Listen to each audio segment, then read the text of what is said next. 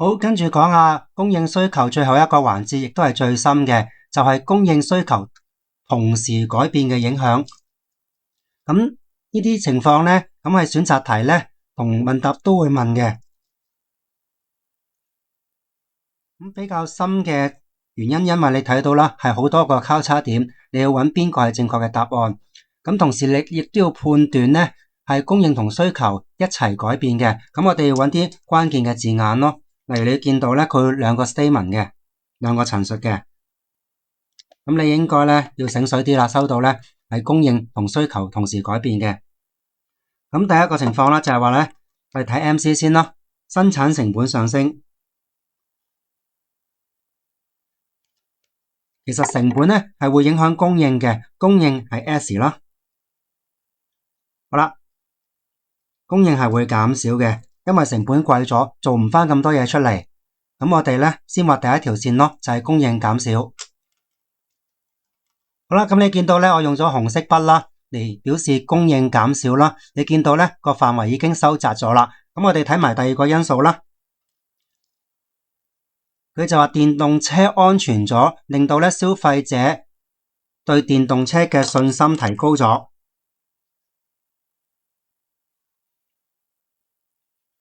好啦，消費者嘅因素咧，我哋話係需求嘅改變，需求 D 啦，咁係需求增加咗嘅，咁我哋就畫多一條線咧，係需求增加咯。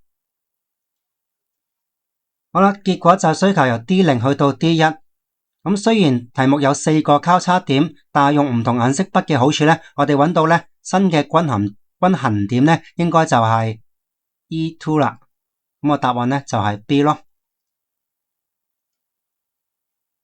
好，跟住到問答題嘅部分，咁我哋點樣判斷其實係供應需求同時改變呢？咁我哋首先睇下，可以睇個分數先嘅。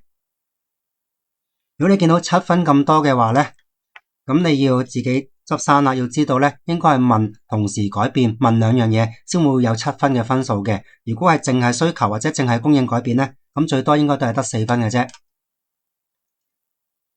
咁另外你都要可以睇下一啲題目嘅字眼啦，佢應該係兩個陳述嘅，一個係影響供應，一個係影響需求啦。咁我亦都揾到關鍵嘅字眼啦，除了乜乜之外，亦即係話咧係有兩樣嘢發生咗嘅。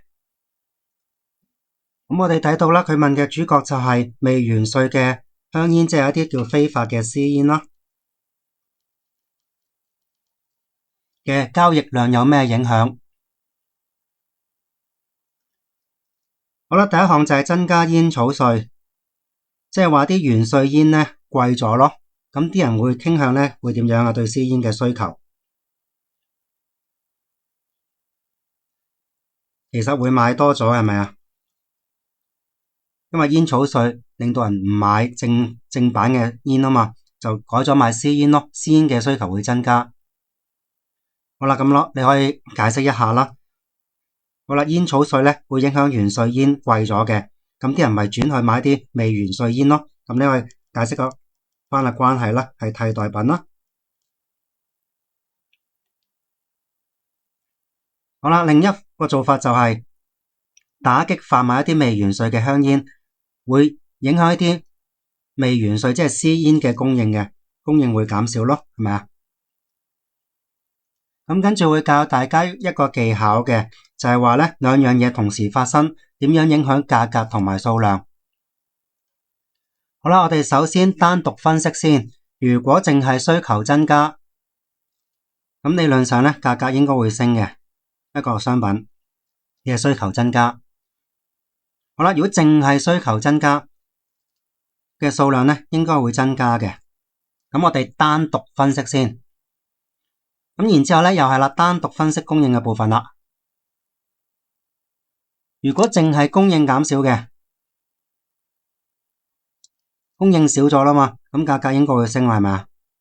供應少咗啦嘛。好啦，如果供應少咗，數量應該會跌嘅，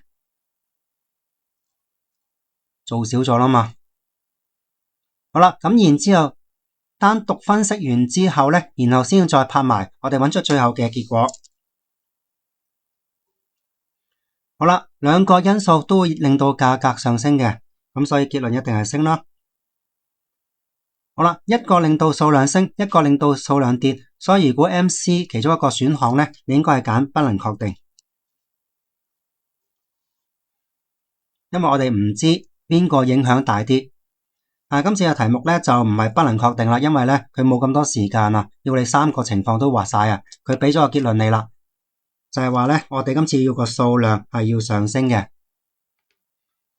咁所以呢，應該你要畫呢邊個令到數量上升嘅力量係大啲嘅，所以話呢，我哋呢，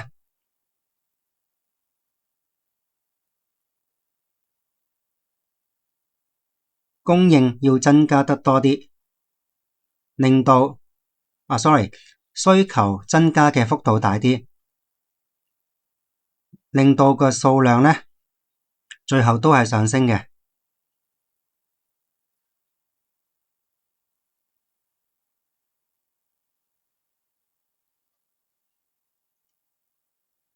好啦，我哋分析完呢，然後將我哋嘅分析用文字寫翻出嚟咯。好啦，首先你要寫咗啦，未完稅煙嘅需求會上升，因為呢，你要講埋個關係啦，會覺得完稅煙貴啦嘛，咁於是乎呢，咪買一啲未完稅嘅煙咯，未完稅煙嘅需求上升。好啦，第二句就話呢，海關嘅加強打擊呢，會令到未完稅香煙嘅供應會下降嘅，即係一個令到需求上升，一個因素呢，令到供應下降。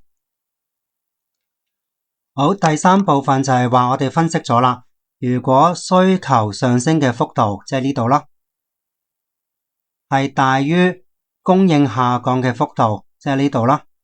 咁我哋頭先分析咗啦，個結論呢，交易量呢，一個令到升，一個令到跌，但係令到升嘅需求嗰個因素呢，係大啲嘅，咁所以最後呢，個交易量都會上升嘅，咁就會答晒文字嘅部分啦，亦都符合咗嗰個題目嘅結論啦。未完稅嘅交易量我哋今次係要升啦嘛，最後咁跟住呢，我哋畫埋個圖呢，符合翻個文字嘅情況呢，咁就得噶啦。咁其實建議所有嘅圖呢，我哋先打咗個底先，就會咁嘅。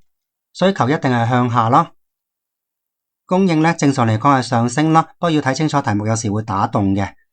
咁我哋打咗個底先啦。咁原本嘅價格同數量，咁題目淨係問數量啫。咁價格嗰度呢，我就唔畫住啦。咁我哋先描述翻最初嘅情況先喺個圖，然之後呢，睇下個題目有咩改變啦，我哋再加翻上去咯。好啦，題目話需求要上升，個幅度仲要幾大下，咁我哋呢，需求上升咪要畫出啲咯。